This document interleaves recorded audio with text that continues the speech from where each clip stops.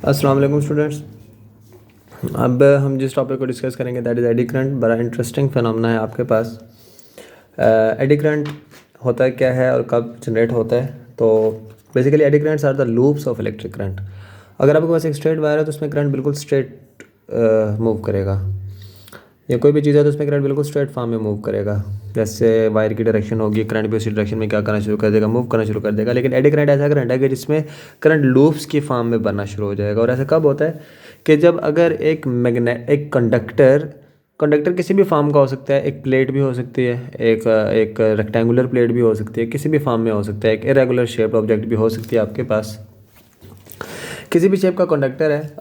मिसाल के तौर पे अगर आपके पास ये कंडक्टर इस तरह का एक स्क्वायर टाइप का है, आपके पास कोई इस तरह का ऑब्जेक्ट है, कोई इस तरह का इरेगुलर ऑब्जेक्ट है, इनमें से कोई भी आपके पास जो कंडक्टर है वो किसी मैग्नेटिक फील्ड के अंदर मूव करना शुरू कर दे। और इसमें अब करंट कैसे बनेगा? तो इस कंडक्टर में करंट जो होता है वो इस तरह लूप्स की फॉर्म में क्या करना शुरू कर देगा, ट्रैवल करना शुरू कर देगा, इस तरह से या इस तरह से, या किसी भी फॉर्म में क्या करना शुरू कर देगा, ट्रैवल करना शुरू कर देगा। लेकिन बनेगा वो किस फॉर्म में? हमेशा लूप्स की फॉर्म में। और ऐसा क्यों है? तो इस पे आज हम बात करेंगे कि ये किस वजह से इस तरह से हो रहा है आपके पास। यहाँ पर हमने एक छोटा सा फिनोमेना ड्रा किया हुआ है, रिप्रेजेंट करने की कोशिश की है कि आपके पास एक डिस्क है। लेट्स से कि ये स्टील या लोहे की डिस्क है आपके पास। ये आपके पास एक सर्कुलर डिस्क है, दरमियान में किसी पॉइंट के साथ अटैच्ड है, या आप कह सकते हैं कि किसी के साथ मजबूती के साथ बंधी हुई है आपके पास। और ये मूव कर रही है, मतलब जिस तरह आपका फ़ैन मूव करता है, ये क्या कर रही है इस वक्त? इस डायरेक्शन में मूव कर रही है। अब मिसाल के तौर पे जब ये मूव करेगी, यहाँ पर एक कोई पॉइंट है, मैं एक डॉट लगा देता हूँ अपनी याद आने के लिए। ये पॉइंट पहले मूव करता हुआ मैग्नेटिक फील्ड के अंदर आएगा और फिर मैग्नेटिक फील्ड से बाहर मूव करके सर आगे चला जाएगा। इसी तरह अगर कोई भी पॉइंट कहीं भी ड्रा करो तो वो पॉइंट जब आएगा तो इस कोयल में से इन दोनों मैग्नेट के दरमियान में से गुजर के आगे जाएगा। अब हमने यहाँ पे दो मैग्नेट्स लगाए हुए हैं जिनमें मैग्नेटिक फील्ड है। ये मैग्नेटिक फील्ड कॉन्स्टेंटली इस कोयल में से इस कंडक्टर में से पास करिए, सॉरी कोयल नहीं, कंडक्टर में से पास करिए। ये पूरा एक सॉलिड है, अंदर से भरा हुआ है। अब क्या होगा कि ये पॉइंट जब इसके मैग्नेटिक फील्ड लाइन में से पास करेगा, यहाँ से पास करेगा, तो मैग्नेटिक फील्ड लाइन इस कोयल में चेंज हो रही हैं, तो इस कंडक्टर में से चेंज हो रही हैं, तो इस कंडक्टर में करंट प्रोड्यूस होना चाहिए। हमें पता है कि change in magnetic field lines induces EMF. हमें पता है कि ई आपके पास delta phi by delta T के बराबर है। A is equal to delta phi by delta T. जब मैग्नेटिक फील्ड या मैग्नेटिक फ्लक्स ये चीज़ चेंज होती है तो ईएमएफ इंड्यूस होता है, उसकी वजह से करंट फ्लो करता है। तो यहाँ पर भी आपके पास करंट फ्लो करना चाहिए। अब क्या होगा, यहाँ पर जो करंट फ्लो होगा वो स्ट्रेट फॉर्म में नहीं होगा, इस तरह बिल्कुल सीधी लाइन में। यहाँ पे करंट प्रोड्यूस होना शुरू हो जाएगा इस फॉर्म में, ये इस फॉर्म में। अब देखें ऐसे करंट कब फ्लो करता है? जब आपके पास एक वायर इस तरह से हो ना, इस तरह से, जैसे कि इंडक्टर है, ये जैसा स्प्रिंग है, तो इसमें देखोगे करंट इस तरह गोल गोल गोल गोल लूप्स की फॉर्म में मूव करेगा। ठीक है, तो मतलब यहाँ पर भी करंट लूप्स की फॉर्म में फ्लो कर रहा है, जैसे यहाँ पे मूव करता है।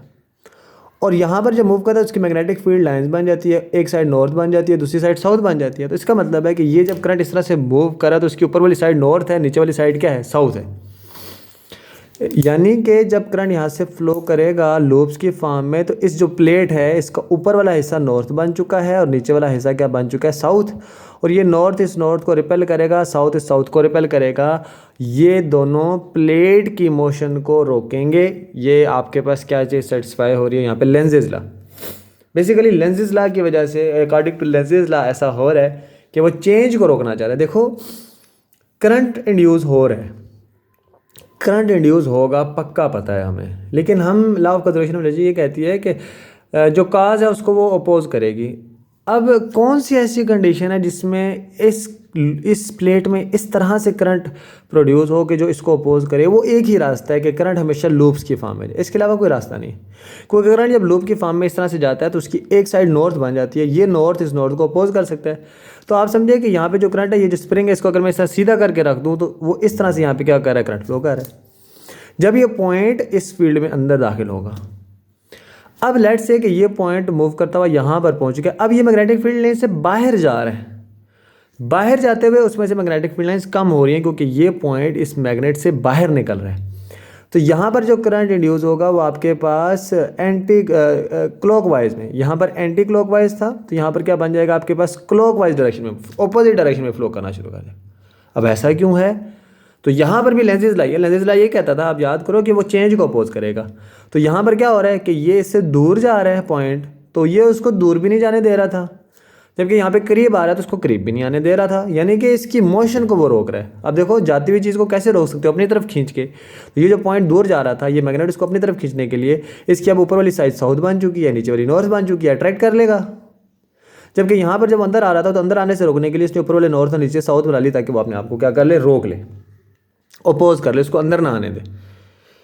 तो आप देखोगे कि ये लूप्स बन रही हैं और इन लूप्स की वजह से आपके पास इस डिस्क की मोशन को क्या कर रहा है, रुकावट आ रही है, ठीक है, उसमें ओपोजिशन आ रही है। अगर मैं यहाँ पे मैग्नेट ना लगाऊं और इस डिस्क को घुमा दूं, ये घूमती रहेगी काफ़ी देर तक, जितनी इसकी यहाँ पे एक्सिस ऑफ रोटेशन पे या जिस पॉइंट के साथ अटैच है उसके साथ फ्रिक्शन की वजह से कुछ टाइम बाद वो रुक जाएगा। लेकिन अगर मैं मैग्नेट लगा के इसको घुमाऊँ तो जैसे ही मैग्नेट यहाँ पर आएंगे तो इसकी मोशन डैम्प हो जाएगी, यानी कि पहले की तरह वो स्पीड में नहीं घूमेगा, इसकी स्पीड एकदम से स्लो हो जाएगी। जितने स्ट्रॉन्ग मैग्नेट लगाऊंगा स्पीड उतनी ज़्यादा स्लो हो जाएगी आपके पास। ये आपके पास एक ब्रेकिंग सिस्टम भी हम कह सकते हैं, क्योंकि दोनों जो मैग्नेटिक फील्ड है वो रिपेल कर रही हैं एक दूसरी, जो एक पॉइंट पे रोक रही हैं। और इसी वजह से हमारे पास जो हाई स्पीड ट्रेन्स हैं या कोस्टर्स हैं, रोलर कोस्टर्स हैं, उनमें फिर हम जो नॉर्मली कार्बन ब्रशेस वाली यूज़ करते हैं ब्रेक्स, वो यूज़ नहीं करते। उसमें फिर हम इस तरह की यूज़ करते हैं जिसमें आप बहुत ज़्यादा अमाउंट में करंट डिस्क में से फ़्लो करता है और मैग्नेट्स की वजह से वहाँ पे आपके पास अपोजिशन आ जाती है और फ़ौरन से वो स्टॉप हो जाती है। ये जो करंट की एक ब्यूटीफुल सा बिहेवियर है आपके पास, जो कि करंट लूप्स की फॉर्म में फ़्लो करना शुरू कर दे, this is known as eddy current. और याद रखिएगा कि eddy current always opposes the cause. Cause क्या है? कॉज इसकी मोशन है, ये मोशन को रोकेगी और इन मैग्नेट्स के हिसाब से अपनी डायरेक्शन ऑफ करंट को क्या करेगी, एडजस्ट करेगी। This is known as eddy current.